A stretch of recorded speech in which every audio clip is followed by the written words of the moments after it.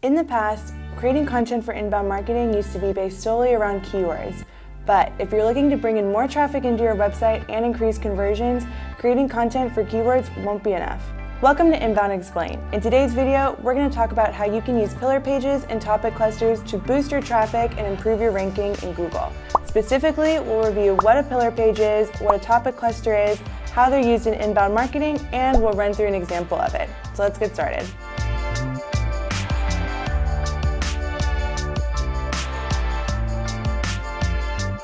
When users make a search in Google, they're not searching with keywords. They're just trying to solve problems or questions that they have. Likewise, Google wants to answer those problems and those questions. So how do you make sure that your page is the page that Google shows to answer those questions? Using the topic cluster model. The topic cluster model, invented by HubSpot, is a method for organizing main topic content and subtopic content. By organizing your website in this way, you make it easier for users to navigate through your website while also making it easier for Google to index your website. There are three main components to the topic cluster model: pillar pages, topic clusters, and hyperlinks. Let's dive into each of these elements. So what exactly is a pillar page? A pillar page is a single piece of long-form content that gives a broad yet complete explanation of a certain topic. Pillar pages are based off a single comprehensive topic that can break off into many different subtopics. In SEO terms, think about a pillar page as a short tail keyword. The topic you write about in your pillar pages should be a topic that you're trying to rank for in search engines.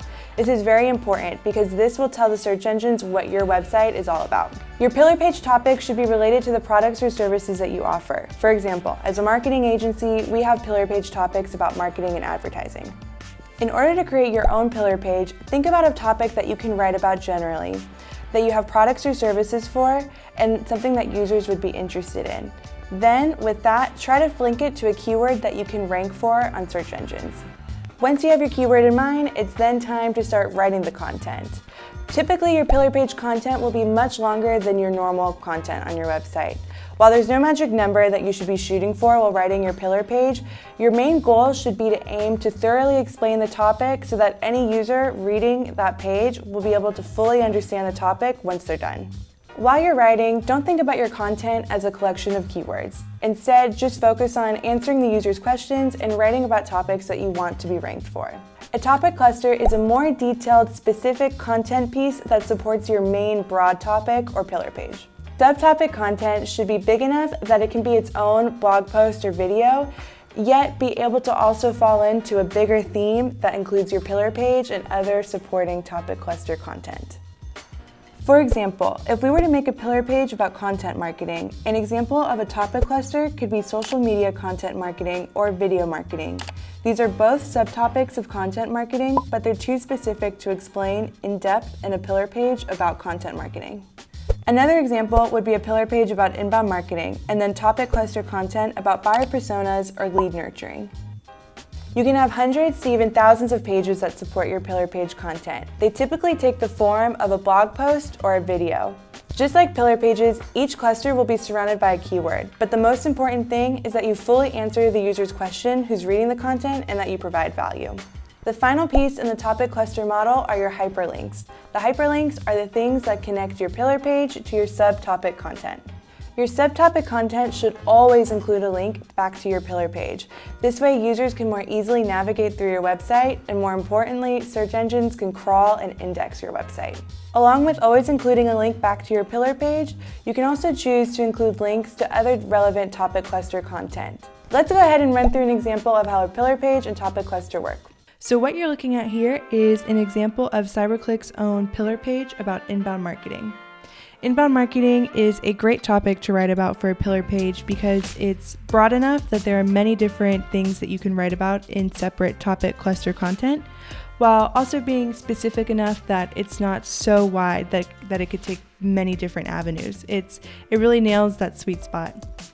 As you can see, this article is quite a bit longer than our normal topic cluster content, but that's because we have a lot of ground to cover. And you'll also see that throughout the article, we have a lot of hyperlinks.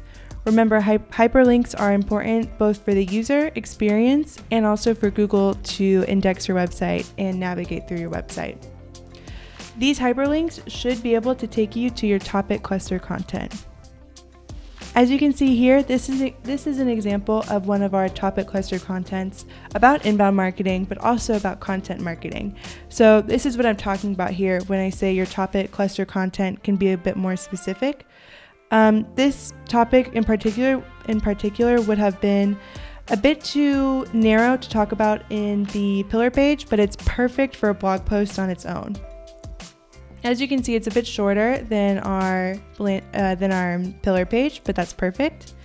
And as you'll also see, it contains a hyperlink back into the pillar page. Remember, this is the most important aspect of your topic cluster content. You always want to make sure that you're including a link back into your pillar page. So there you go. That's a quick example of how pillar page and topic cluster content work. So how does using the topic cluster model help bring in more traffic into your website? Because it helps Google understand the intent of your website. While Google's algorithm is a little bit of a mystery, we do know that in the past, Google used to rank content using keywords, but those days are over. Google has now gotten much better at understanding what users are looking for when they make a search, and in turn, they have also gotten much better at assessing whether or not a web page will be able to answer that search. This is why inbound marketers need to create content based off of needs and not just keywords. By doing this, you're better matching the user's need and thus playing by Google's game. And there you have it. Now you know more about how you can use topic clusters and pillar pages to help boost traffic to your website and rank better on Google. If you have HubSpot and you want to learn how you can build and organize your pillar pages and topic clusters within HubSpot, check out our new tutorial. If you want to learn more about inbound marketing and HubSpot, don't forget to subscribe to this channel. We'll see you in the next video.